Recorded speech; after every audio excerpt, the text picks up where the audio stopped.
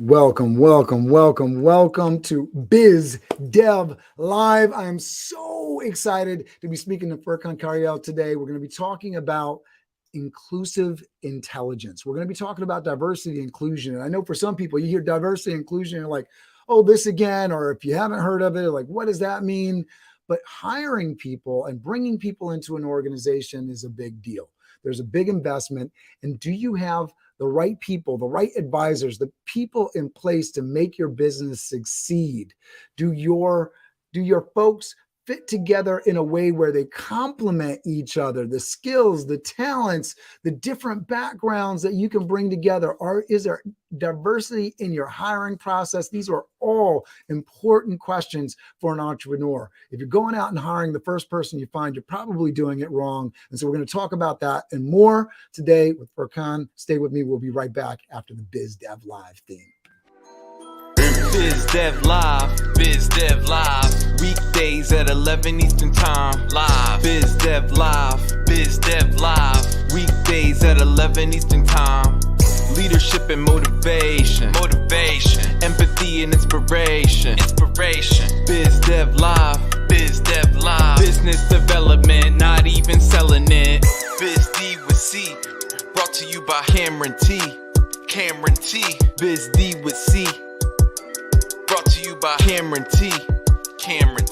This is business development, not even selling it. This is business development, not even selling it. Biz Dev Live, Biz Dev Live, Biz Dev Live. This is business development, not even selling it.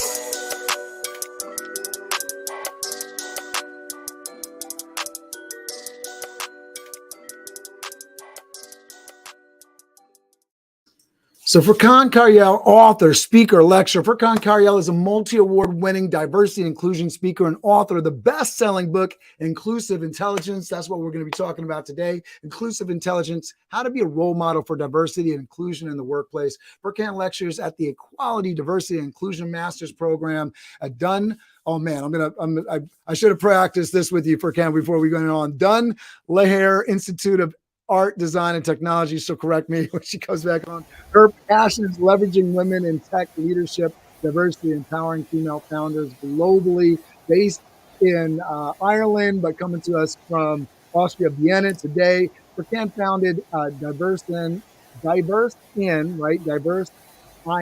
at .com after 10 years of software engineering experience in multinational tech companies in Ireland. He's been honored with Speaker of the Year, Diversity and Inclusion Role Model in Business, and Trailblazer Awards. Additionally, Furkan is an active speaker at international events where she shares her learnings about experiences of the tech world as a woman, her recommendations for inclusive leadership, and the power of diversity and inclusion in the workplace. Thank you so much for being on the show with me today. Thank you so much for this warm introduction, Cameron. I absolutely loved your intro music as well. It was so catchy. Thank you. And happy to be here today. We get some compliments on that from time to time. Try to wake people up. So talk to me, Furkan. How do you help people? Obviously, we heard the bio, your speaker, but what are things that you're doing with individuals and companies to help them out? Sure. I'm bringing diverse and inclusion perspective to organizations in terms of action orientation and also practicality aspect to it. As you said, we hear about diverse and inclusion, belonging, these words a lot, but where are the action points? What are we actually doing? What are we practicing in organizational level, in individual level, and or also in the team levels? What are we doing in terms of action? So I'm bringing this action element to organizations and teams and individuals. Yeah, I love that, because I think this is where it sort of breaks down for a lot of companies, for entrepreneurs that are bringing things in. We don't necessarily think about diversity and inclusion if you're talking about internally versus vendors, right? There's so many pieces to this puzzle, right? So Mhm. talk to me, because I don't think you woke up when you were 3 years old or 5 years old. Maybe I'm wrong, but I don't think you woke up 3 years old and 5 years old and said, let me go be an international speaker on diversity and inclusion. How do we get there? What did little Furkan want to be when she was growing up? And tell us this backstory here. I always dreamed to be a software engineer or work in the tech sector. That was my dream job, and I start working with my own ways. How can I, learn about this technology? What can I do when I grow up in terms of technology? So that was my dream. So I studied software engineering in Istanbul, and I got transferred to the big bright city of Athlone in the middle of Ireland as an Erasmus exchange student. That's where my story with Ireland started. So my passion with software engineering, and I started working in the software industry after my graduation. And I was like, my dream came true. I'm done. I'll probably retire here, and my life is sorted from this moment. But actually, that wasn't the case. So I worked in multinational tech companies for 10 big years as a software engineer. And I have seen that when diversity and inclusion words were being used a lot as a marketing tool, but the action piece was always missing. And on the other side, not able to see women who look like me from a different ethnic background in the leadership positions of big tech companies. This wasn't an issue for an organization or a society or a country, but this was a global issue. And I start to question, while there are so many talented women out there, why are we not seeing them at the top of these organizations? Made me to think about it, and it was my wake up moment. I said, I must do something about it. So that's how my diverse and inclusion journey started from that moment. I appreciate that story. And one of the things, because I remember when we spoke before, because you had some really challenging moments in your career as you were seeing Mhm. people with the same or lesser skills kind of come up the ladder before you. And you sort of jumped off and you took a different path than a lot of folks that are in similar situations. You went into the world of entrepreneurship, sought out your own opportunities. And I just want to dig into the past a little bit and sort of talk about parent structure, like who supported you, who mentored you as you were growing up, and sort of how that shaped some of your decision-making processes in terms of getting into education around engineering. So who are your mentors? Who are you kind of pulling ideas from? And like, who helped you along the way? Yeah, I was the quietest child of my family, a family of six children. I was number four, and I had three sister elder sisters, and two younger brothers. And I was kind of always in the middle and the quietest than the the other members of my family. And so what motivated like who motivated me was my dad. He always believed in me, my parents in general, but my dad's approach to me in terms of believing what I say, supporting whatever the idea I had in my mind, and also bringing out that curiosity about what I would do for the future was absolutely brilliant. For example, my dad used to um, cut some columns from newspapers, and he used to say, Furkan, have a read about it and let me tell me a little bit of what you think. So it made me to criticize and get a critical mindset and analyzing on people's opinion. On the other side, uh, like he knew that I wanted to work in tech, and he used to say, Furkan, you will be there, you will be an internationally recognized women in your leadership, you will start your business. So he was saying these motivational words to me. I was a quiet child, but I was okay. How do I do this? I don't know, but I believed in him. I said, I'll do my best. I don't know how, but one step at a time. Maybe I start by learning English if I'm thinking of working globally. So I started little by little. What can I do? 15-year-old Furkan from that moment for the futures, let's say, leader who is recognized in the global level. So these are the things really motivated me and led me to believe in myself more, and to speak about my own thoughts, really. I love that. I love that. And I love hearing about moms and dads who are supportive and sort of doing some of those things that sort of open up your mind. So often, mentorship roles, whether they exist within the family dynamic, within the office dynamic, it's really, really an exciting thing when you have somebody that's like full in supportive mode. I believe in you. I believe in your abilities. And I think that's something that plays out when we start getting into the diversity inclusion space. It's, let me understand how to best support people, let them know that I believe in them, that I support them.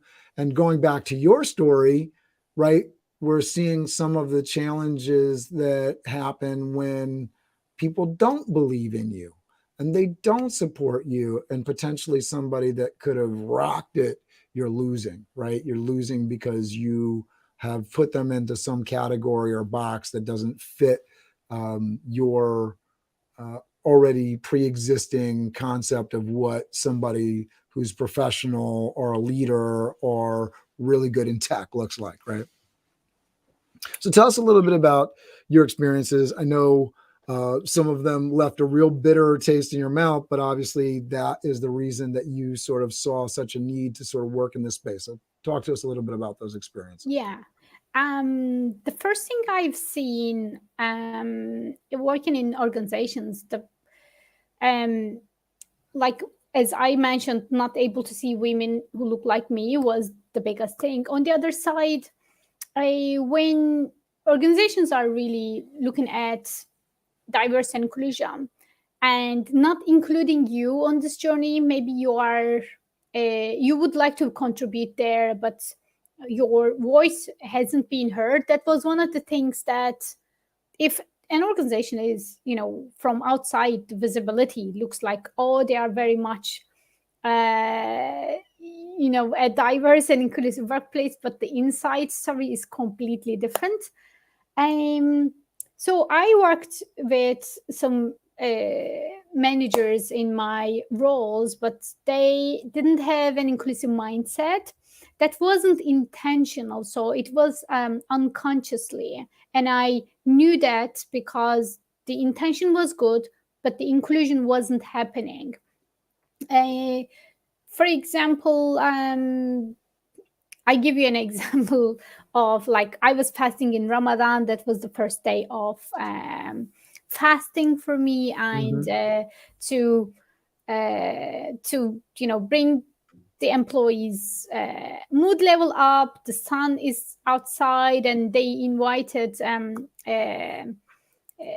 ice cream van to let everyone enjoy. But I mean, I was completely okay with that. I mentioned that in my book as well. But when people come and ask me, Furkan, did you get your ice cream? Did you get your ice cream? So I started to explain myself to one person, then the other person comes. I explain myself again. It made me feel like, you know what? Nobody actually knew about my truth. I was fasting all day long, and I had to re-explain myself again and again. It made me feel like the company that I work for didn't care about me and my choice. I could be vegan. Let me say this, because I think this is a thing for sales, right? And for so many different pieces, right? And I was telling you before we jumped on, I'd had this conversation with folks in the morning. And so, if you're hiring a salesperson, and had this wonderful guest that talked about this in hiring a salesperson, right? If you don't have somebody that has a natural curiosity, that's probably going to be a poor salesperson. And so if you're trying to sell diversity inclusion and do a special event around diversity inclusion, it might be a good idea to Google the holiday and understand some of the history and what it's all about, because maybe doing something that has a lot of food around an event that is traditionally about fasting, maybe that's not the most diverse and inclusive way to celebrate that holiday, right? I think that the world is full of these stories of just poor research. I don't know if you've ever heard the story around, they were launching a Chevy car in Mexico, but they didn't bother to sort of look up like what the words would mean in Mexico. So they called the Chevy Nova in Mexico, which literally means don't go. So not a great car, not a great name for a car, right? Because they just didn't look to the culture. Now, meanwhile, if they would have had some Spanish speakers on staff, some people that understood and knew the Latin culture on staff, would that have happened?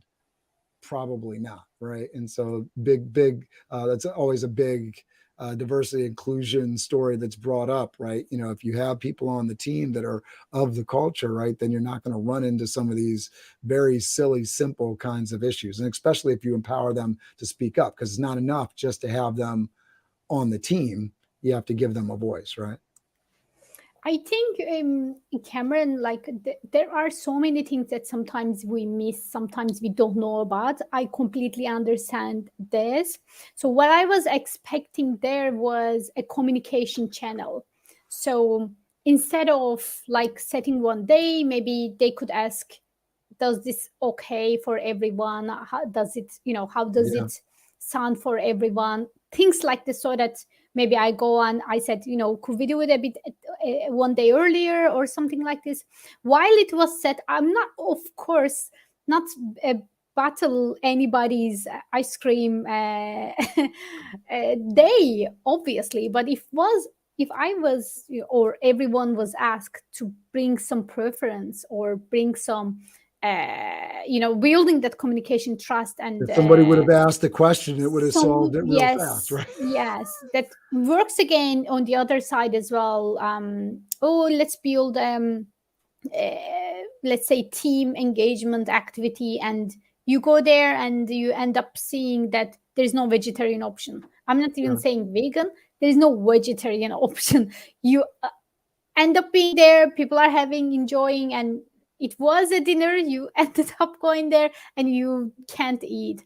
And so things like this. But if there were like the right communication channels, with, again, I always say that these things were not intentional. I completely get that. But right, well, the road to hell is laid with good intentions, right? We know that. Yes. And we got Regina not only checking in saying very true, we got Yolanda checking in saying good morning. Good morning. I think this is something that having that open line of communication between the folks that are planning events, especially when you're talking about larger corporations, getting feedback from staff, creating these kinds of committees, there's extra work, but the other side of it is they did this day for ice cream to celebrate a holiday, and it left a bad taste in your mouth instead of a good taste in your mouth. And that's not what the intention was, right? And so if you want to do it the right way, right. Yeah, nobody knew about it because I didn't talk about it. Yeah. And that was kind of like, I felt that I was responsible to, integrate. I was the one who constantly tried to make adjustment. But even that 30 days of like millions of people celebrate or practice one thing that wasn't even recognized from a big organization. So that was a big kind of like, wow, but why? Absolutely. So talk to me about, what sort of made you finally, what was the straw on the camel's back, right? What was the final piece for you where you were like, done, enough, and what did you immediately move on to? What did I move on to? I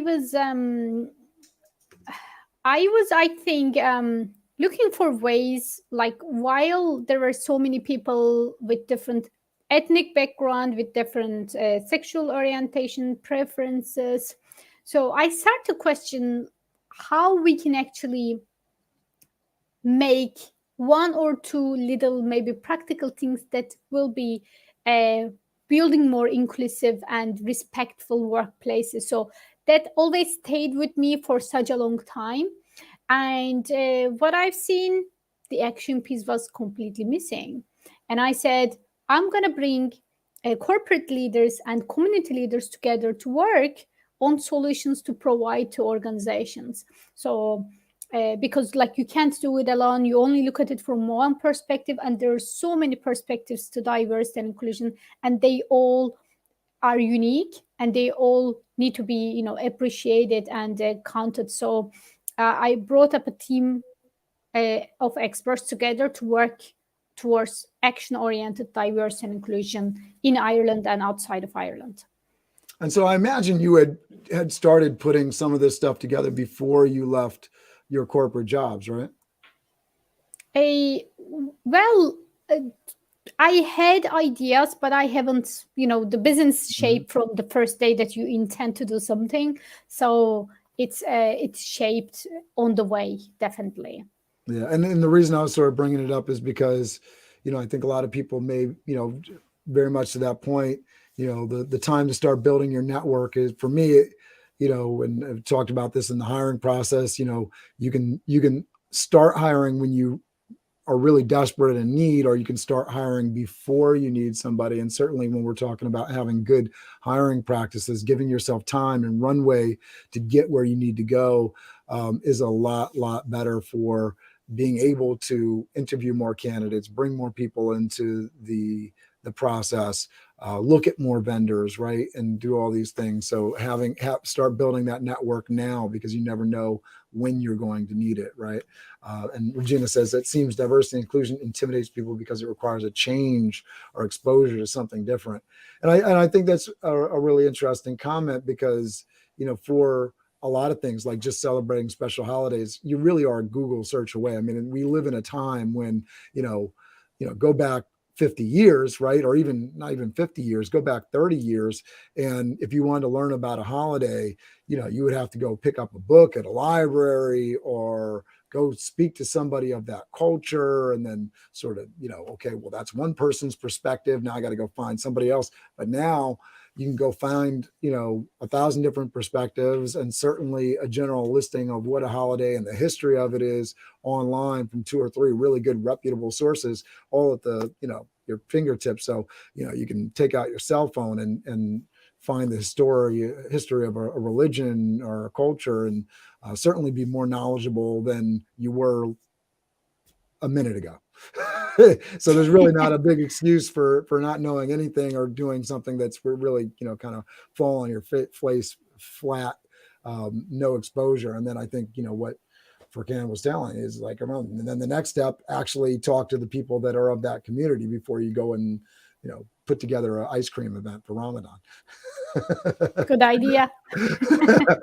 All right. So talk to me about some of these takeaways that we have here. So first takeaway, this idea of you can start your diversity and inclusion journey today with practical steps, right? So we were sort of jumping into that. So talk to us about that. I hear a lot that some organizations see themselves as too small to start diversity and inclusion, or maybe they don't have budget, or they don't have resources. They have, they don't know where to start. But we all can start diversity and inclusion journey today. And how?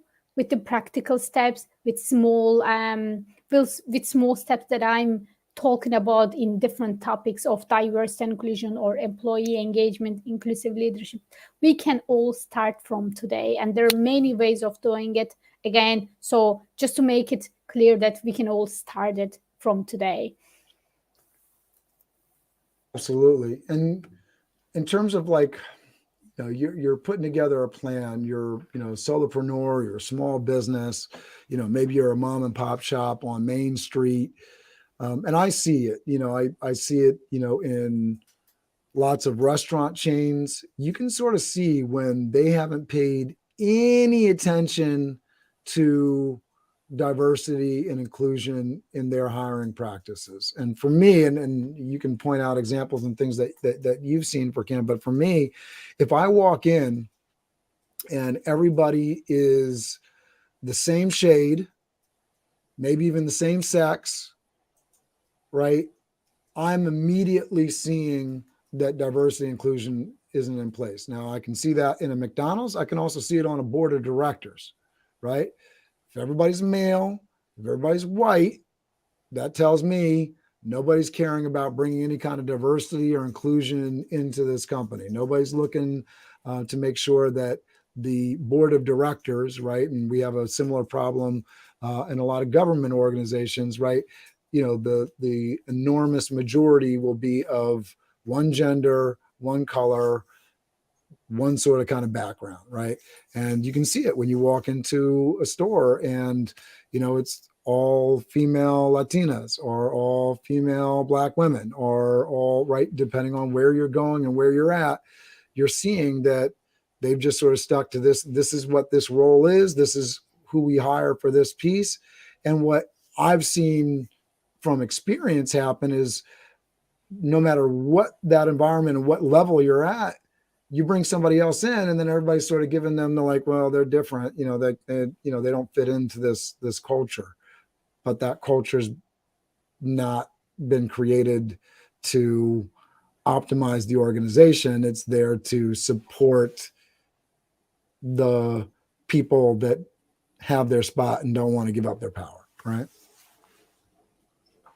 Yeah, that's one side of it. On the other side, once they hire people from different backgrounds, how would they feel welcomed in, let's say, you had a table of only white males, and then let's say one person coming from a different background, maybe looking like me and sitting on the table, and how welcoming this environment is prepared to make it ready for anybody who thinks differently, who looks differently, or who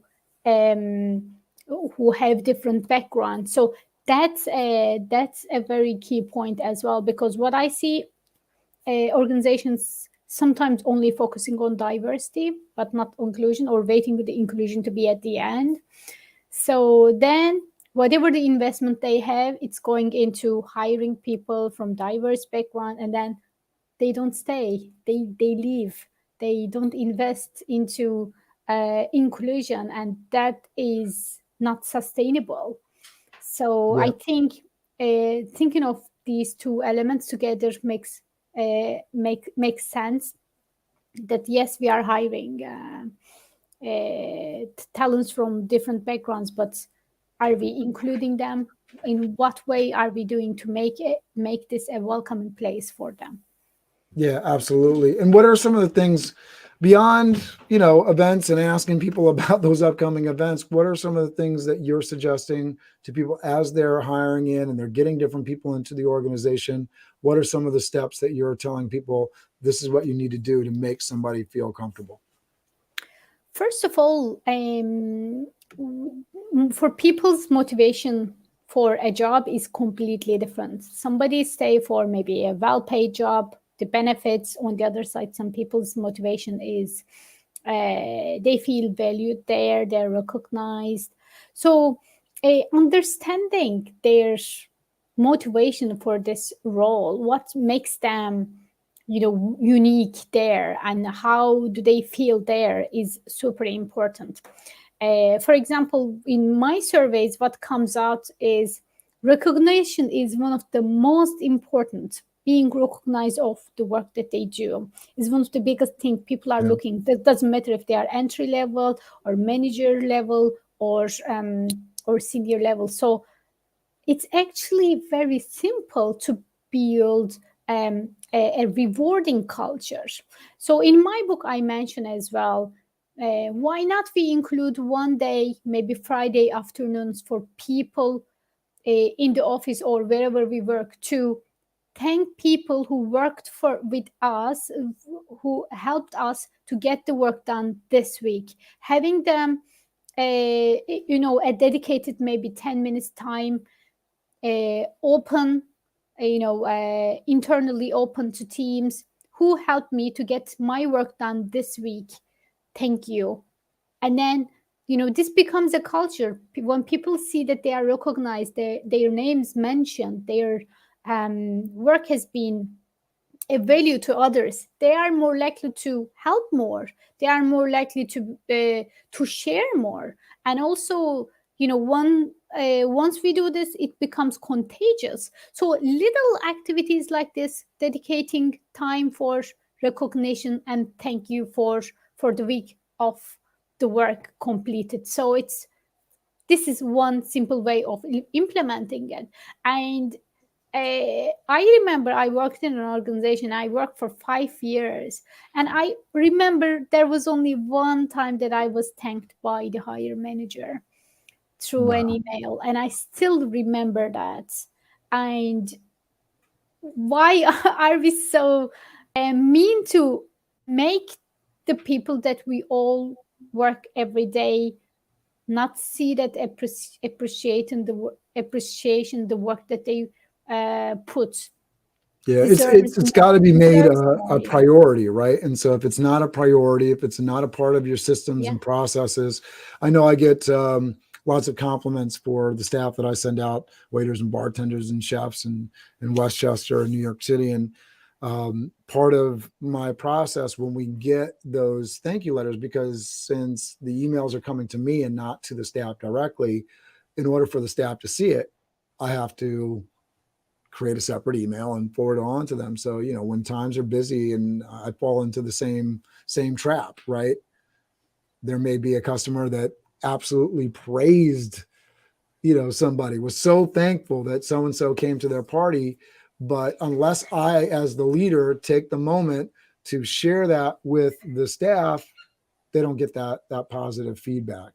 And then if I'm making it a priority, because it's always a priority, right? When somebody screws up, when somebody messes up, when somebody has a challenge, right? If I'm making a priority, I just did one of these phone calls yesterday because somebody was kind of promoting themselves on an event, and that's a no-no, right? So I'm like, listen, we're a team, we all got to be under the same flag here.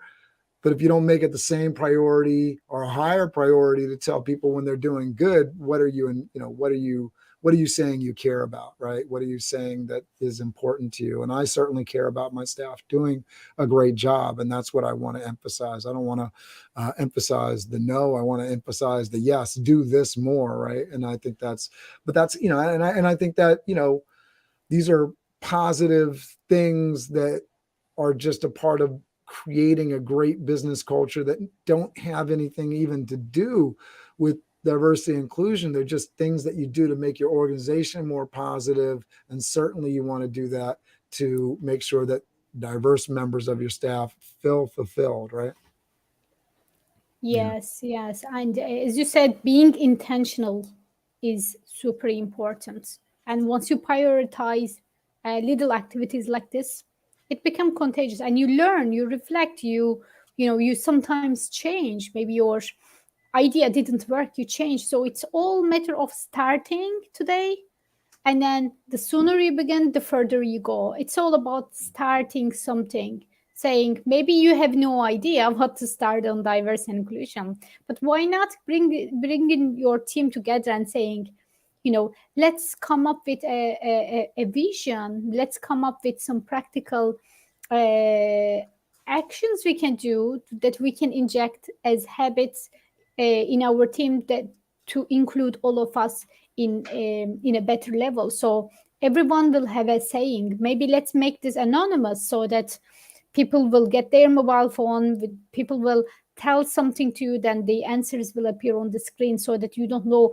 where the comment came from. So there are many ways of doing it, and including your team in the journey is super important, rather than, look, this is an idea for I got for you to be more included, why not we don't invite them? What would you say? How would you think of it? And what do you think we need to include? So it's including them as part of their journey is super important. I love this comment from Keith McClelland. Thank you very much for watching today. D&I should be a part of your DNA. I love it. Love it. Love it. All right. Let's get into this next talking point here, this next takeaway. D&I is all of our responsibility, right? And I think that's incredibly key. We've been sort of talking about, how are you, maybe leadership, including, asking staff questions. But when you talk about, people on the individual level, right? So talk to us about this. D&I is all of our responsibility. What do you mean by that? Yeah. You might be hearing, like I experienced that as well when I introduced myself to a C-level executive from a Wall Street company. And he straight away told me that their company has no problem with diversity and inclusion, and their HR department deals with that. So comments like this happen a lot. Like, this is our diversity and inclusion department. They are doing something, and they have no idea. However, diversity and inclusion is all our responsibility.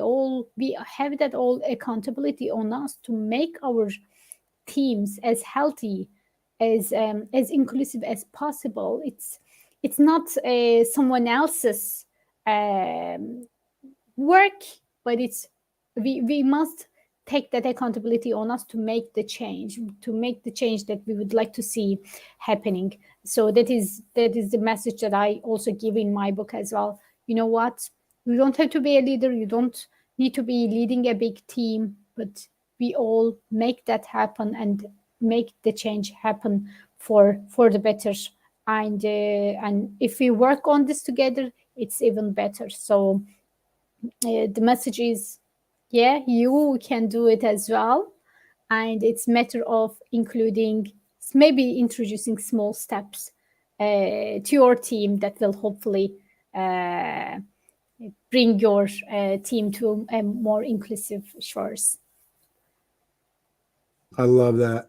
I think it can be difficult, right, to communicate to staff, especially if people are entrenched in whatever their worldview, that, it's your job too to make this environment inclusive. But that's the game, right? If you're able to create staff, and again, I think about this from a bottom line money perspective. If you can get people welcoming and really inclusive in terms of bringing people in and making them feel comfortable and guiding them and making a home for people, especially a diverse set of people, you start getting all of these different data points.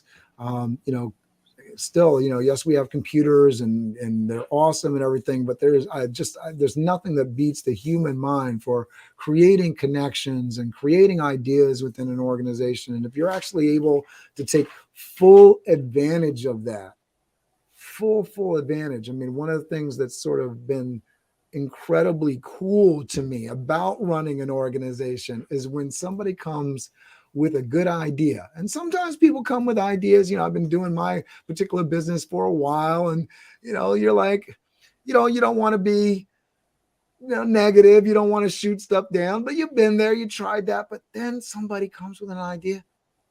Oh wow, I hadn't thought of that. And that's when the magic happens, right? And the only way that magic happens is if you've allowed space for it.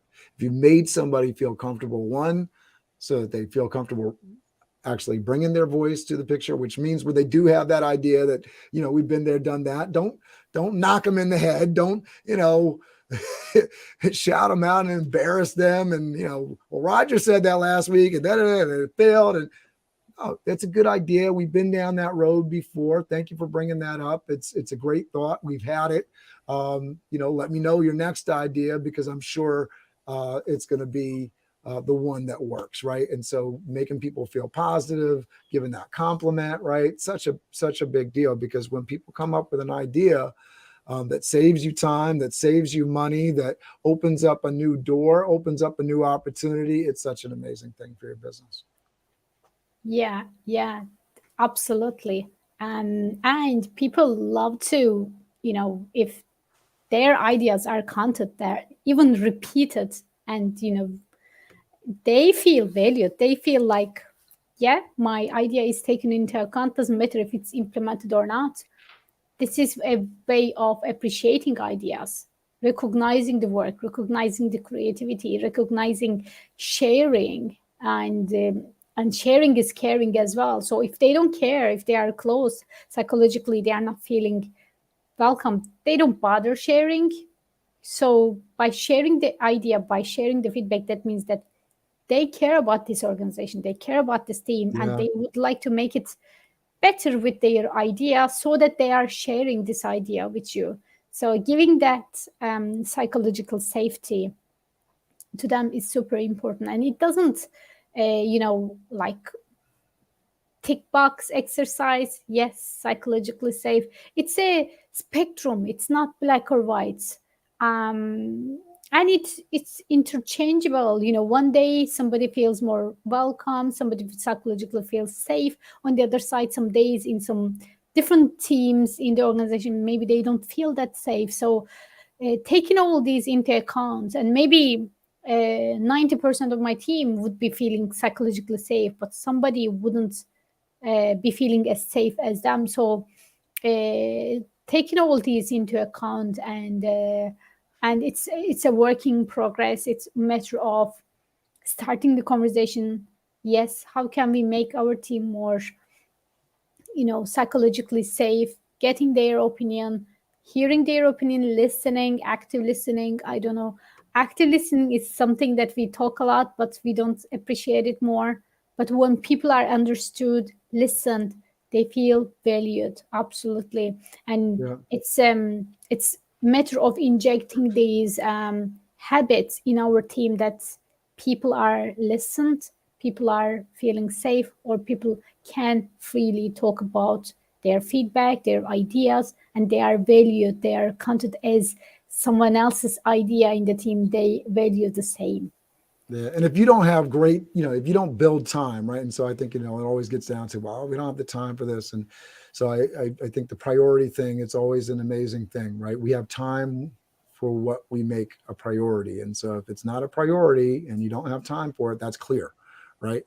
And if you have time for it, then you've made it a priority. So any program around diversity and inclusion that doesn't actually give it time, well, then you automatically know as an employee in that organization what the organization is actually making a priority, right? If all the time is over on, we're spending all our time on, chasing down XYZ in the business, whether that's accounts receivables, doing data, but we don't lend any time to the well-being of our staff. We know that the well-being of the staff is not a priority, right? We get that. Regina Nunnally says, how does cultural sensitivity training come into play? And I think, Regina, I would love if you would give us some more context, maybe a link to an article or something, because I'm not familiar with this Florida Business Mag that has come under fire, and I don't know what the issue there was, what they printed that got them in trouble. But do you feel comfortable taking on this question without that context? I would love to hear more as well. Okay. And Yeah. then Yolanda says active listening is a skill that needs to be practiced. Yeah. Regina, let us know. I mean, I think the cultural sensitivity thing, just to come into play. I mean, we've talked a little bit about it, but asking the questions, and if you're going to print something, whether it's a social media post or a newspaper article or a book, and you're publishing on a culture, if you're commenting on a cultural piece, I would definitely get some feedback before you go swinging into a conversation. I think, don't get into a gunfight with a knife, like be prepared, right? Come with the right tool, come with the right, kind of sensitivity to the situation. I don't think you should get into something and not really understand, or at least, not attempt to understand everything that's going on. I mean, I think there's lots of things like, listen, if it's not your your space to be in, maybe it's probably a good reason to stay out of it just to be safe. But if you're a journalist and your job is to comment on a particular area of the world, then do your due diligence, right? I mean, I don't know what more we can say to that, but hopefully that's helpful, Regina. And if you can get us some more context, I know that Furkan will dig into the comments as well as I to get you an answer on that. And it's valid for anything as well. It's, whatever the news we see now, we really need to see where does the sources are coming from, rather than somebody saying something and accepting as it is. So they need to do that anyway. Yeah, I think the fake news piece that we have going around the world, we can see how nations and political parties are using words as weapons and reporting on things that fit a certain worldview to push their agenda. And, I don't think that offices and office life and community life is any different. It's not a new concept. So-and-so did this. Did they actually do that? Is that actually what they believe? Did you ask them? Right? These are good questions to ask before you start putting stuff out. All right. Let's talk about D&I impacts your and your organization's well-being in a positive way. Yeah. Research shows that inclusion and well-being works hand in hand together. So when the inclusion increased in an organization or a team, the well-being of the organization or the team is increased as well. And when the inclusion decreased, the well-being is decreased too. So it makes sense. And these two, well-being and inclusion, brings so many benefits to organizations, including job satisfaction, personal achievement, talent attraction, retention, increase in sales and revenue. So, increasing in team engagement as well. So there are so many benefits to it, but we can't really separate diverse and inclusion from well-being, because other research shows that when people are exposed, have become subject to a microaggression, their well-being and their physical well-being as well has been impacted. And explain microaggression too, for anybody that might not know what a microaggression is, because I think this is something that's been a definite learning point for me. I think of myself as a pretty forward and progressive guy, but once I started learning about microaggressions, and so these little comments, right, that don't seem like a big deal.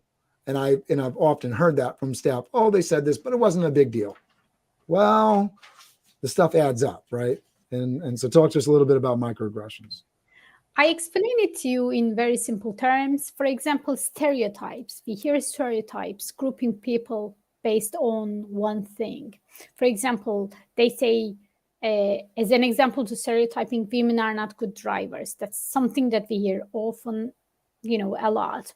Like, I'm a woman and I'm a good driver. I always give this example, but that has nothing to do with me being a woman at all. So microaggression is for verbalizing the stereotyping. You're a good driver for a woman, for example. This is a form of microaggression. It includes judgment. It includes stereotyping statements that says that I accept the fact that women are not good drivers, but you're a good driver. So for a woman, that means this is a microaggression statement. Yes. And how did this become clear, Cameron? Yeah, no, and I think there's 1,000 different examples that we could go through. I think there's just so many examples, but it's, I talk about it, in my hiring process. Anything that you say to somebody else that makes them feel less than, that's not okay. It's not okay. And I expect to hear about it from my staff, because what happens is, if that's allowed within an organization, within a team, right? Well, it builds. The animosity builds, right? And so, like anybody, right? If you're poked enough, at some point you're going to pop, right? You're going to explode. And, I think that's just the human, condition. And Yolanda talked about the backhanded compliment, right? I didn't expect you to be so pretty. What?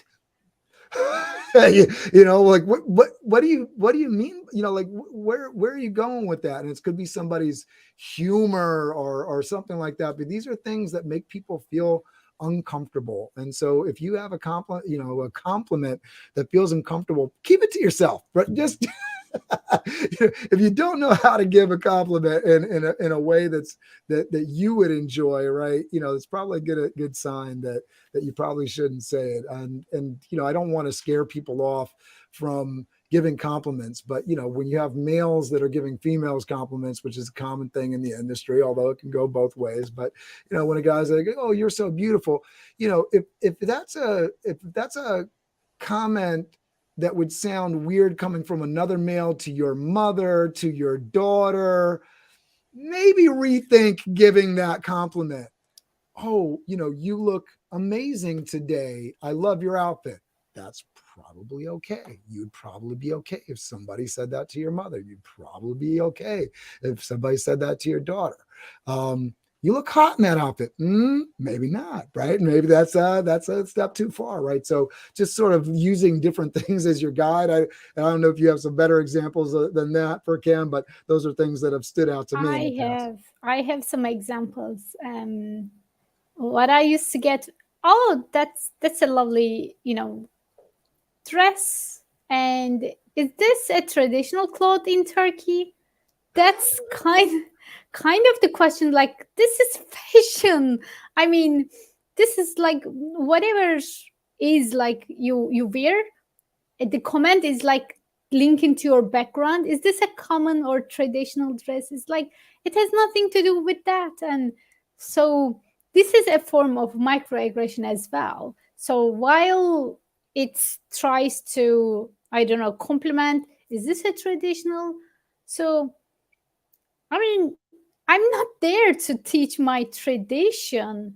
I'm just being myself. If it is a tradition or not doesn't count, but it's like trying to put you into a stereotyping box, which I'm not okay with that statement. Yeah, I agree. And I think, if you're a woman and you're asking another woman, like, "Hey, where'd you get that dress?" That's a great kind of compliment. Like you're wondering like where I can go get it myself. If you're somebody else and you're asking for like, just because you're trying to research history, that's what Google is for. I get mad at my 11-year-old when he's asking me all these different questions about the world. I'm like, Google is right there. So don't assume the person from a different cultural background is your shortcut to Google, right? That's not what they're there for, right? You have research tools at your fingertips. Use them. Give a nice compliment that doesn't make them feel like they're a AI Google machine, right? I think that's a good rule of thumb. If there's a machine or something that can answer your question for you, it's probably not that great of an idea to ask a person. And going back to Regina's comment, when she says D&I will expose ignorance that would have stayed buried, right? Very, very true. She was saying that in May, and so what I think she was talking about here was like the "do not say gay" law in Florida. Regina, give me a yes if that's the true. But there's some stuff going on in different states, and we've seen it with COVID and different rules and different things that weren't necessarily sensitive to people's different outlooks or visions of the world or religion. And so we have political stuff that's going on. We have people that are from diverse backgrounds, and basically they're being told their lifestyle is not acceptable within a given state. And so will the businesses come under fire? Disney, because they didn't support the politicians around "do not say gay," they started attacking Disney, right? And so it was this whole thing. I think it's a broader conversation than we have time to get into fully, but certainly, ideally it would be nice if our governments had some diversity and inclusion training in our, countrywide and statewide governments. That would be cool. Maybe they can hire you. Maybe we can get Florida Why to come and not? hire Why you. not? I think they definitely need it. And I wanted to go back to Keith's comment here. The benefits of D&I are unlimited for everyone. And in my opinion, we're all learning day by day how to be more diverse. I've just finished your book, Furkan. Lots of takeaways from me. Loved it. And so just to show everybody, you can go pick out the book, Inclusive Intelligence. You can go pick that up on Amazon. It is out now. Right now, Furkan is in Vienna in Austria. She is going to be at the Impact Hub on May 31st of 2022, coming up right around the corner for us on the calendar. So very exciting that's going on. And like we said, Florida, if you're listening, she's available. You can hire to come in and help out your leaders. We know you need it, right? What do you want to leave us with here, Furkan, in terms of the world that we live in today for individuals that are watching this show? What are some steps that we can do to have a better appreciation for understanding our options when it comes to building out our organizations, our teams, and our communities? So for the appreciation, I think the first thing we can do is giving people the space, giving people an opportunity to learn by themselves. That's very important because some people would like to learn about diversity and inclusion in the workplace in terms of like with hands-on workshops or in the with the group learning. Some people prefer some learnings individual, like let's say self-paced online courses, or maybe attending an event, a talk, in person. So I think diversifying this and not making one thing mandatory for everyone, but letting them coming up with their own solutions would be a very good starting point. Yeah, I wish I could play a clip from The Office, because they make fun of exactly that, right? Making everybody sit through the same process, and they're talking about, a certain kind of experience, and you got the leader who's just like completely inappropriate, going in on topic, and everybody turning their head and looking at the one person that looks different from everybody else to represent their entire culture, which makes that person feel uncomfortable and is just the wrong idea, right? Because they're not a representative for their whole entire culture. They're a person just like any other person, right? And so go Google if you're interested in seeing the wrong way, right, played out in a very comedic fashion, The Office and in diversity. I'm sure it'll pop up on YouTube for you, because that's and we've seen it. I've seen it in my college classroom. I've interviewed so many of the students that go through the college and career program that I've been at. When the diversity issue is brought up or something, they're reading about a character in a book, and so the class is majority white, and there's one woman that's black, and everyone turns, right, and somebody's Muslim, everybody's head turns. What do you think? And it's uncomfortable. It's not necessary. There's more sources to pull from than the one individual in the room. They're there to learn as well. And so that doesn't really make for a inclusive culture if you're making the person a teacher when they're there to learn and be on the team themselves, right? And I think that's really important. Furkan, anything you want to close out before we ask you where we can best contact you and all that? Yeah, I would like to add, we are all on this learning journey. I'm learning myself as well. So don't be scared to start and feel afraid that, oh, I didn't know this before, or maybe, self-judging to take you over. We are all learning. It's a learning process. The sooner we begin, the further we go. So you can contact me on furkankarayel.com, my website, and also on LinkedIn here. And I hold my book here as well. So Inclusive Intelligence, How to Be a Role Model for Diverse and Inclusion in the Workplace. It's available on Amazon website. And feel free to contact me if I can be any help to you. Beautiful. And I hope Regina and Yolanda and Keith, thank you all for checking in today. Thanks for being active in the comments. Make sure you are networking, connecting with each other. Make sure you connect with Furkan on LinkedIn. The link is in the description. I'm going to go ahead and drop that in again as we're finishing up here. Thank you so much for tuning in today. Furkan, thanks so much for being on the show. I'm going to play us off with the BizDev Live theme, but I'll leave you with the last guns finally. Regina, sometimes there's a delay. Regina saying, yes, you got that answered.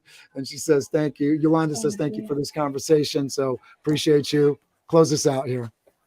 Thank you so much for this, Cameron. I really appreciate, and I'm so happy to connect with everyone who's interested in connecting with me. And if I can be any help, please feel free to contact me. Thank you. BizDev Live, BizDev Live, weekdays at 11 Eastern Time, live. BizDev Live, BizDev Live, weekdays at 11 Eastern Time. Leadership and motivation, empathy and inspiration, BizDev Live, BizDev Live, business development, not even selling it.